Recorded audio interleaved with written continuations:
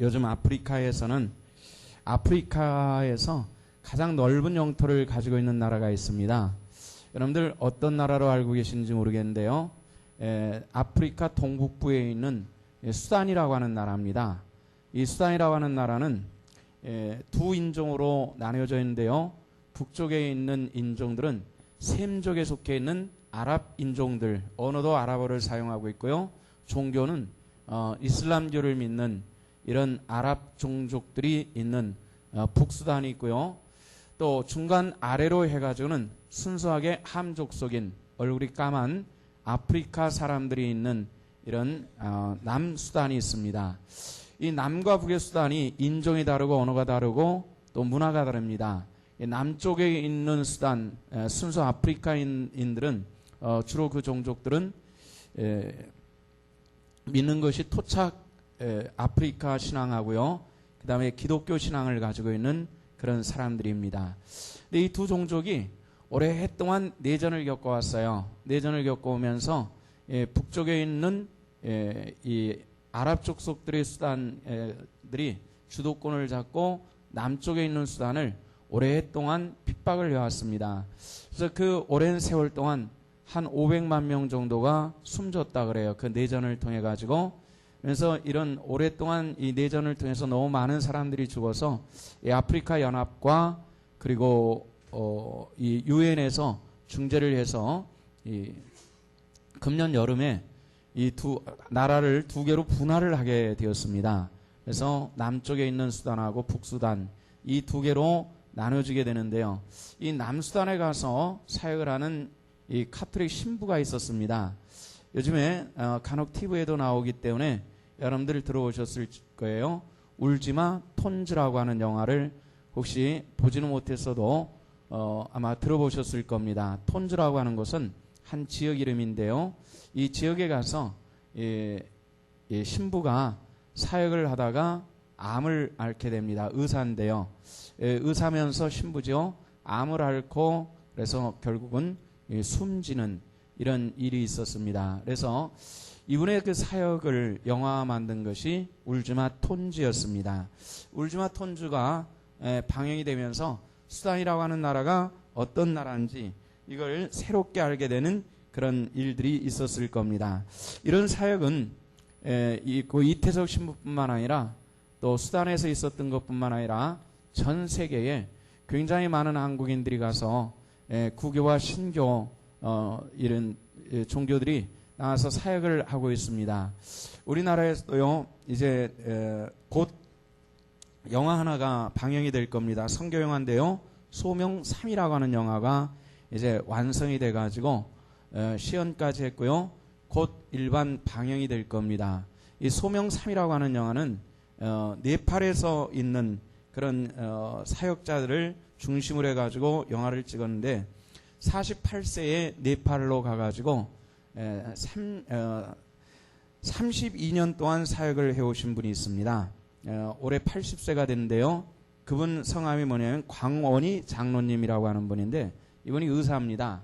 48세 굉장히 의사로서는 아주 왕성한 나이 때에 네팔에 들어갔습니다.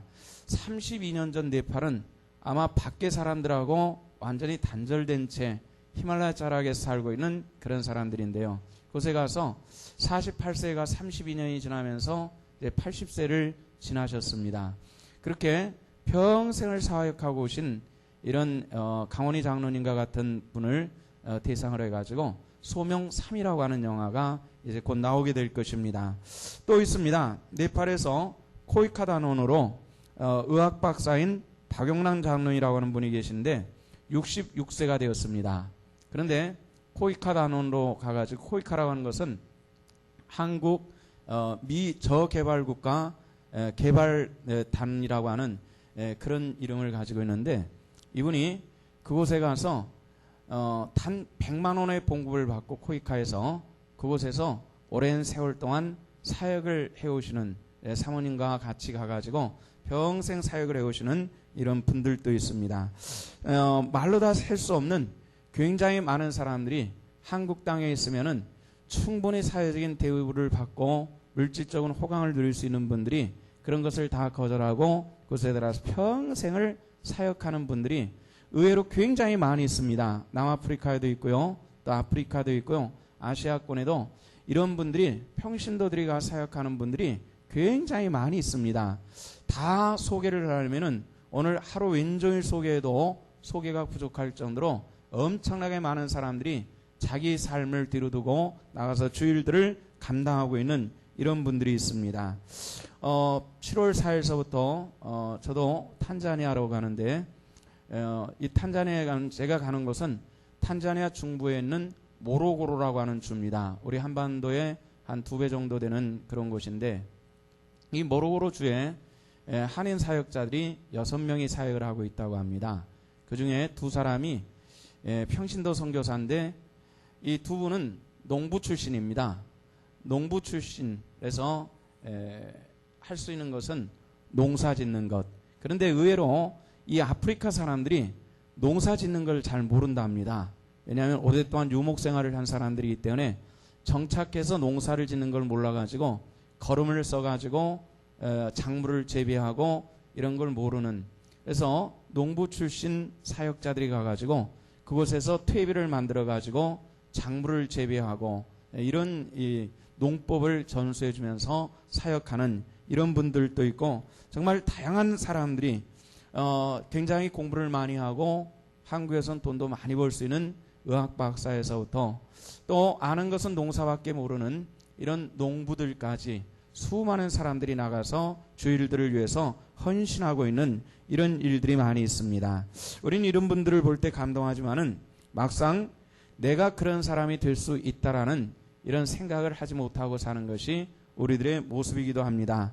저는 우리 신성교회 청년들이 근본 이 사역을 통해서 우리가 평생을 이렇게 헌신하는 선교의 사역자는, 선교사는 되지 않는다 할지라도 사역에 대한 꿈과 비전을 품고 돌아오며 우리가 앞장서 사역하는 사람들을 위해서 우리가 필요한 그런 자원이 될 수 있기를 원하고요. 우리가 필요하다면은 또 언젠가는 우리도 그렇게 사역할 수 있는 이 축복의 시간이 나타나질 수 있기를 주님의 이름으로 부탁을 드립니다.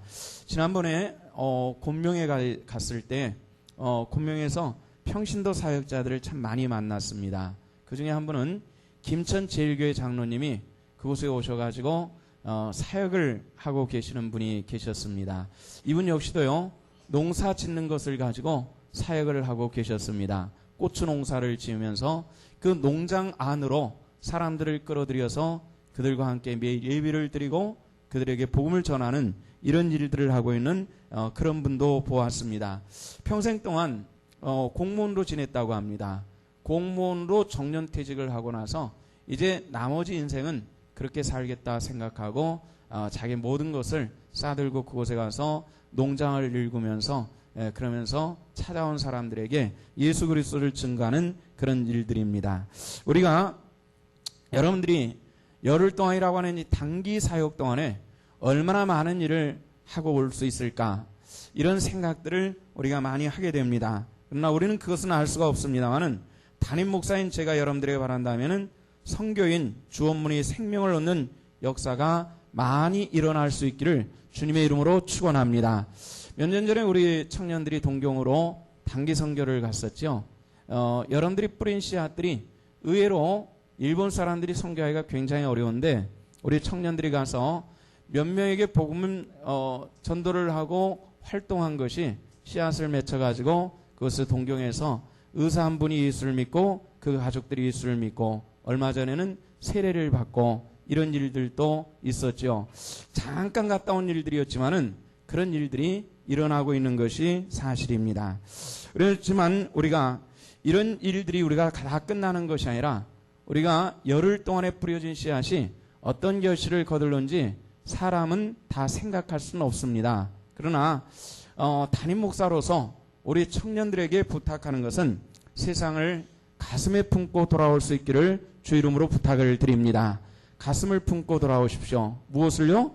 세상을. 우리 청년들, 선교를 가는 사람들이 죽은 사람들처럼 반응도 않고 예배를 드려요. 뭘 품고 돌아오라고요? 그렇게 반응하고 다니십시오. 여러분들이 반응을 하지 않으면 아무도 반응을 할 수가 없어요. 여러분들이 뭘 품고 돌아오라고요? 세상을 품고 돌아올 수 있기를 주 이름으로 축원합니다. 우리나라는 땅덩어리가 참 좁습니다. 다녀보면 알 수 있는 그런 내용이에요. 다녀보면은 정말 한국은 좁다라는 이런 느낌이 듭니다. 저 중국 쪽, 또 러시아, 또 중동 쪽으로 여행을 하기 위해서 인천공항에서 비행기를 타면요, 한반도를 거쳐가는데 몇 분 걸리지 않습니다. 쉥 지나가 버립니다. 금방 비행기 떠면은 금방 강릉 쪽이 되고, 금방 뭐 동해가 나타나고, 뭐 서해가 나타나고, 이런 모습들이 한국의 모습입니다. 땅덩어리가 매우 작다라는 것을 느끼는데요. 땅덩어리가 매우 작다 보니까 사실 한국 사람들의 스케일도 그다지 큰 것은 아니라는 이런 느낌을 받을 때가 참 많이 있습니다. 그렇다고 해서 우리가 마음속에 품는 꿈조차도 작아서는 안 되겠다라는 이런 생각을 하게 됩니다. 이제 우리 청년들이 세상에 나가서 더 넓은 눈을 뜨고 세상을 바라보고 우리가 세상으로 어떻게 진출하며 어떻게 복음을 들고 나가 살아야 될 것인가를 가슴에 품고 돌아올 수 있는 귀한 은혜가 나타나 줄 수 있기를 주 이름으로 축복합니다. 저는 오래전에 이스라엘을 처음 제가 한국에서 밖으로 나가는 여행을 한 것이 이스라엘 여행이었습니다. 이스라엘 여행을 하면서 몇 가지 마음속에 작정한 것이 있었습니다. 그 작정한 것은 뭐냐면은 텔아비브 공항에 가니까 공항에 부스들이 쫙 늘어서 있었습니다. 쫙 늘어서 있는데 그 부스에는 키부츠 이름들이 쭉 쓰여 있었어요. 그 안에는 그 키부츠에서 나온 사람들이 한 사람씩 앉아가지고 다른 나라에서 들어오는 그런 사람들에게 키부츠를 소개하는 일을 하고 있었습니다. 그래서 저희를 안내하는 가이드에게 그 키부츠에 대해서 저 사람들은 부스에 앉아가지고 어떤 일을 하는지 물어봤습니다. 물어봤더니 각 세계 각 곳에서 젊은이들이 텔아비브 공항에 내리면은 그 부스에 가가지고 자기가 머무를 수 있는 키부츠를 소개를 받는 이런 일들을 하는 것인데, 그곳에 가서 물론 돈을 내고 묵다가 올 수도 있지만은 대부분의 젊은이들은 그 키부츠에 가서 일을 하는 겁니다. 일주일에 5일 동안 일을 하고 그 다음에 키부츠에서 내준 차를 가지고 차를 타고 토요일과 주일은 전 이스라엘 땅 여행을 하는 겁니다. 남쪽에서 북쪽까지 모든 이스라엘 땅을 매 주마다 이틀 동안을 여행을 시켜줍니다. 그리고 나서 이 계약된 기간이 끝나가지고 돌아갈 때는 그들이 일을 하면서 번 돈을 다시 주도록 이렇게 하는 거예요. 그것을 먹고 자고 그리고 이스라엘을 여행을 하고 전 세계 각지에서 오기 때문에 그 키부츠에서 일하는 젊은이들은 굉장히 많은 다양한 사람들이 영어권에서도 오고 독일어권에서도 오고 스페인어권에서도 오고 각 나라 사람들이 오면은 그곳에서 영어로 생활을 하면서 함께 아침부터 저녁까지 일을 하고 또 이틀 동안은 여행을 하고 그러면서 호연지기를 기르고 그리고 각각 나라로 돌아가는데, 이스라엘 사람들은 왜 그렇게 하느냐 하면은 워낙 작고 약소민족이기 때문에 전 세계 사람들이 젊은이들이 그런 경험을 하러 이스라엘 땅까지 온 사람들은 그들이 장차 자라서는 그 나라에서 지도자가 될 것이라는 이런 예상을 하면서 젊은이들에게 투자를 해주는 이런 일들을 하고 있었습니다.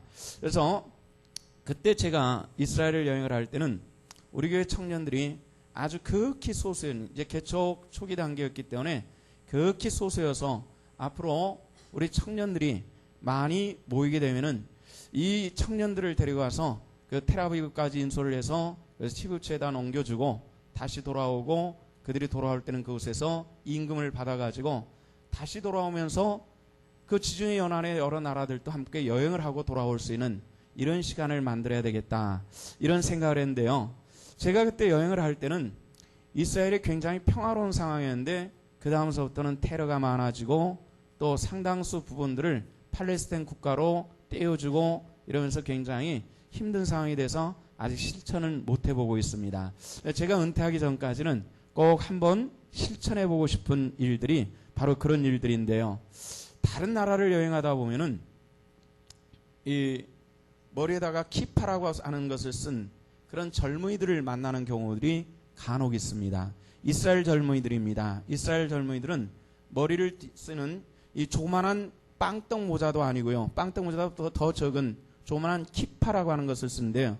우리나라에서도 간혹 명동에 가면은 간혹 볼 수가 있습니다. 이 키파를 쓰는 이스라엘 젊은이들이 전 세계 각지를 돌아다니는 이런 걸 볼 때가 있어요.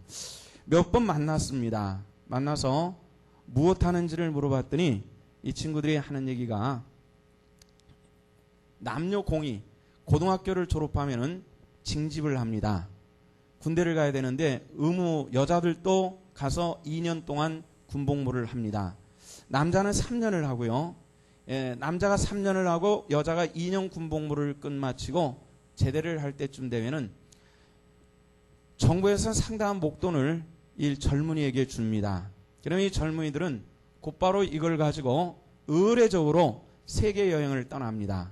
그래서 전 세계 여행을 떠나는 적게는 몇 개월서부터 많게는 몇 년간을 여행을 하면서 전 세계를 여행하라고 돌아와가지고 그 다음에 직장을 가질 사람은 직장을 갖고 대학에 들어갈 사람은 대학을 들어가고 이렇게 하는 것이 이 이스라엘 젊은이들의 특징입니다.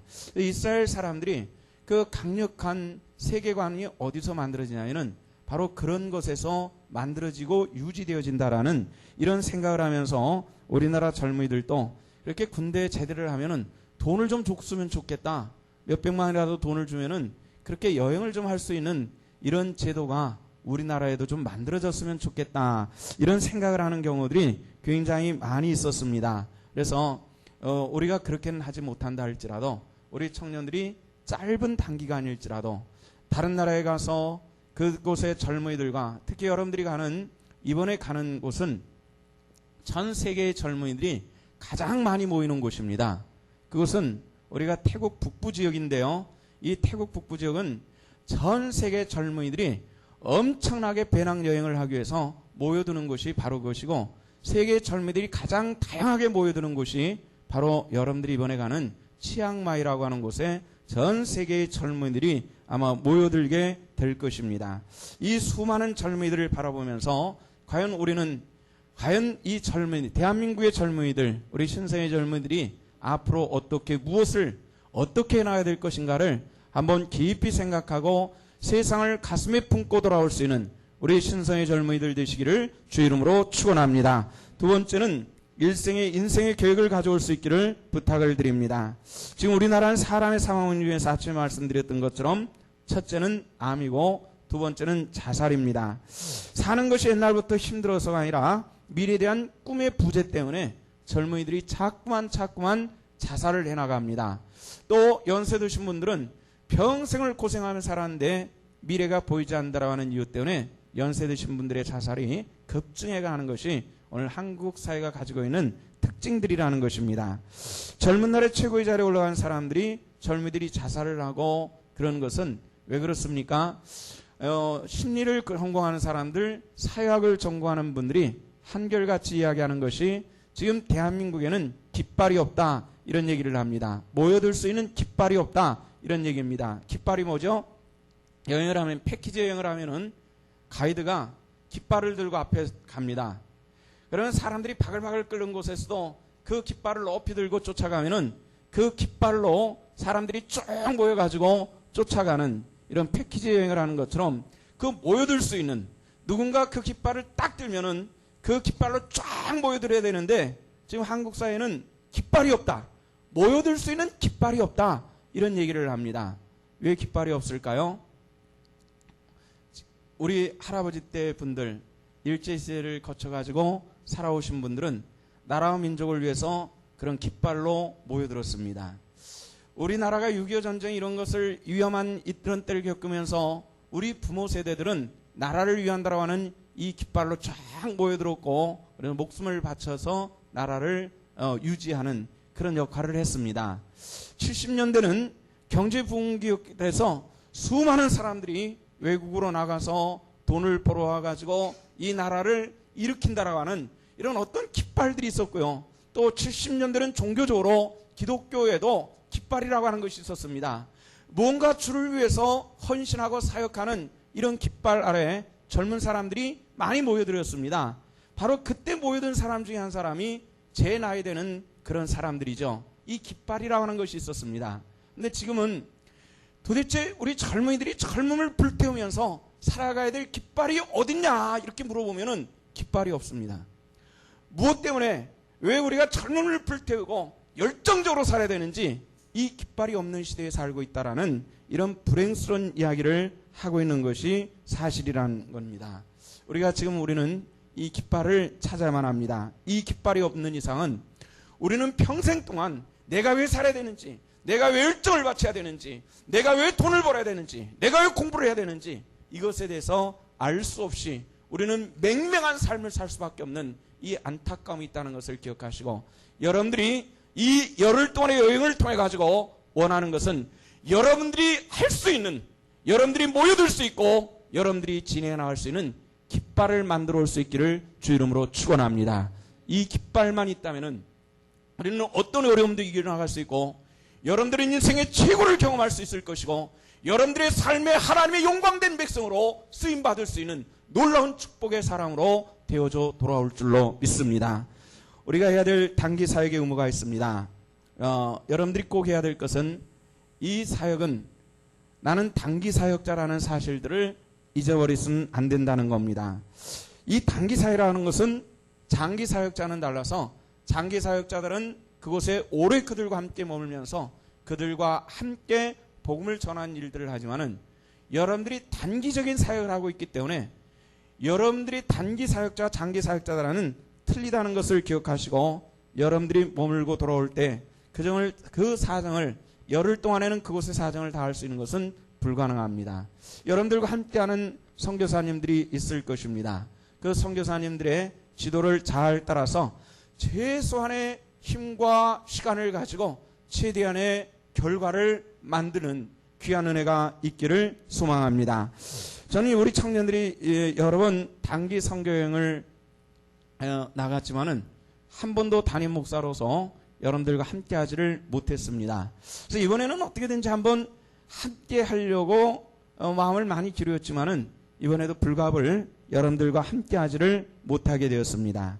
우리는 1997년도 여름에 아프가니스탄에 있었던 사건을 잊어버려서는 안 됩니다. 23명의 청년들이 그곳에서 피랍되어 가지고 결국 2명은 죽임당했던, 살해당했던 이런 사건입니다. 물론 이 젊은의 그 피 끓는 용기가 있다고 하는 것에 대해서는 칭찬을 하고 싶지만은 때로 문화가 다르고 종교가 다른 곳에서는 주의할 것은 주의를 해야만 합니다.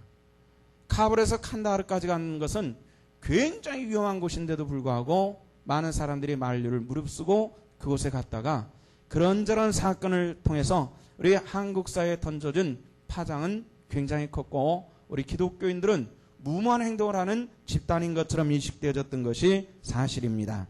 우리 이번에 청년들 이번에 단기로 가는 태국은 불교권입니다. 불교권이기 때문에 태국 어느 곳을 가든지 부처를 모신 그런 조그만한 사당이라고 하기는 좀 그렇고요. 요만한 곳에, 요만한 집 같은 곳에 부처가 모셔져 있는 이런 것을 어느 곳에 가든지 발견할 겁니다. 도심에서도 발견할 것이고 농촌에서 발견할 것이고 길거리에서 발견할 것이고 하며 숲속에서도 그런 것을 발견할 수 있을 것입니다. 그만큼 불교적인 사회인데요. 또 놀라운 것은 그 나라는 현재 국왕을 마치 신처럼 받들고 있는 그런 나라입니다. 그래서 국왕에 대해서 잘못된 언행 이것에 대해서는 절대로 법을 떠나가지고 그 지역 사람들이 용납하지 않는 그런 특수사회라고 하는 것을 기억하시고 여러분들이 잘 행동하셔서 안전하게 돌아올 수 있기를 원합니다. 사역적 환경은 이렇습니다. 여러분들이 이번에 가는 그곳은 골든 트라이앵글이라고 하는 지역입니다. 골든 트라이앵글이라고 하는 지역은 버마, 라오스, 태국, 중국이 국경이 맞대어 있는 지역입니다. 굉장히 깊은 산악 지역인데 이 산악 지역에는 굉장히 많은 소수민족들이 살고 있습니다. 그 소수민족들 가운데서는 우리 한국 핏줄을 가지고 있는 소수민족도 있습니다. 고구려가 멸망할 때 고구려 유민들이 만주 쪽으로 쫓겨나죠. 저 북쪽으로 몽고 가까운 쪽으로 쫓겨났다가 또 그곳에서 집단 이주를 당합니다. 집단 집단 이주를 통일신라 초기인데요. 집단 이주를 당한 것이 지금 태국 북부 지역으로 집단 이주를 당한 그 고구려 유민들이 있습니다. 그 민족은 우리랑 똑같은 핏줄을 가지고 있고 문화도 우리랑 비슷한 것이 굉장히 많은 그런 종족들이 바로 살고 있는 것이 골든 트라이앵글 지역이고, 그 골든 트라이앵글 지역은 오랫동안 소수민족들이 각 나라의 정권으로부터 핍박을 오랫동안 받아서 지금도 자기들만의 땅을 가지고 살겠다고 해서 게릴라 전투를 벌이고 있는 것이 바로 그 골든 트라이앵글 지역입니다. 또 골든 트라이앵글 지역은 이런 독립투쟁을 하기 위해서 자금을 마련해야 되는데 가장 쉽게 마련할 수 있는 것은 마약 재배입니다. 그렇기 때문에 그곳은 마약 재배가 굉장히 많고 마약을 하는 사람들이 굉장히 많은 곳이 바로 그 지역입니다. 그런데 또 이렇게 이리 젊은 청년들이 오면은 또 어디에서 뭘 좀 전해달라 해가지고 물건을 맡기기도 하는데, 모르는 사람이 물건을 맡기는 것은 절대 금물입니다. 이게 큰일이에요. 이게 마약이 들어있는 경우들이 많으니까 여러분들이 절대로 그런 것은 하지 않아야 되고요. 또 문화가 오랫동안 소수민족으로 그렇게 살다 보니까 그 사람들은 문화적으로 우리하고는 매우 다릅니다.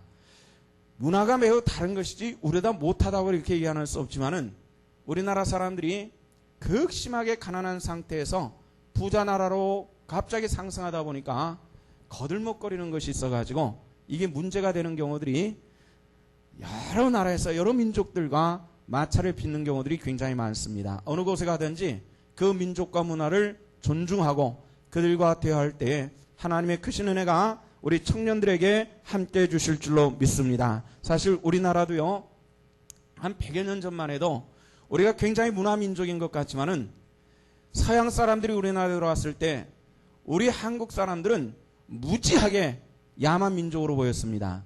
그 증거들을 지금도 가지고 있습니다. 어떻게 한 줄 아십니까? 2조 말렵에 서양 사람들이 우리나라에 와가지고 기절초풍한 것이 뭐냐면은 젊은 아낙네들이 가슴을 다 내놓고 다닌다는 겁니다. 그런 사진들이 있습니다.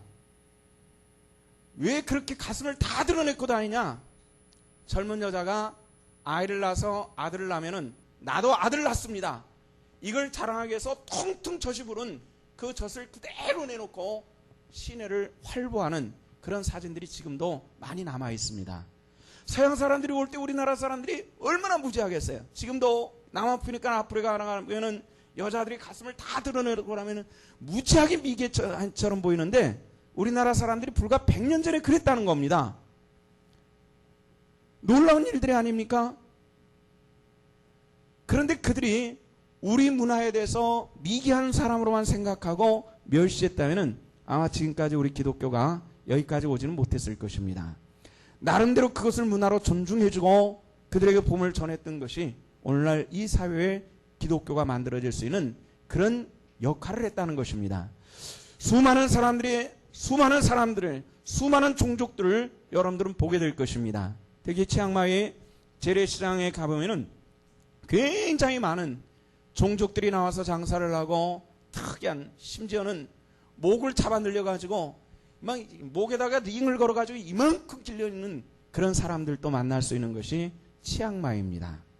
굉장히 많은 종족이 있고 전 세계에서 오는 수많은 젊은 배낭객들이 바글바글한 곳이 치앙마이입니다. 여러분들이 그곳을 열흘 동안의 사역을 하면서 오직 나타내는 것이 나의 우월성을 나타내는 것이 아니라 예수 그리스도가 여러분들의 호흡 속에 증거되어지고 그들 속에 여러분들이 만나는 사람들에게 예수 그리스도의 모습들이 나타나지고 그들이 언젠가 성경을 보고 십자가를 단 교회를 만났을 때 방가에 들어갈 수 있는 그런 은혜의 역사들이 여러분들의 사역을 통해서 만들어질 수 있기를 주 이름으로 축원합니다. 그래서 오늘 본문에서는 우리에게 가르쳐 주시는 것이 무엇입니까? 가서 모든 족속으로 제자를 삼아 아버지 아들과 성령 이름으로 세례를 주라, 이 말씀입니다. 하나님의 영광의 도구로 우리가 오늘 파송하는 여러분들, 18명의 청년의 하나님의 영광의 일들이 나타나지며 여러분들의 미래가 만들어지며 여러분들이 만들어온 깃발을 통해서 하나님의 영광의 위대한 일들이 나타나지는 귀한 역사가 일어날 수 있기를 주 이름으로 축원합니다. 기도하겠습니다. 만군의 주 아버지 하나님, 은혜를 감사합니다. 우리 청년들 이제 파송 예배를 드립니다. 주의 젊은이들을 앞뒤에 함께 해주시옵시고 함께 걸어가시며 함께 이끄시며 주의 거룩한 능력의 은혜의 역사들이 나타나게 하여 주시옵소서. 감사를 드리며 우리 구주 예수 그리스도를 받도록 기도하옵나이다. 아멘.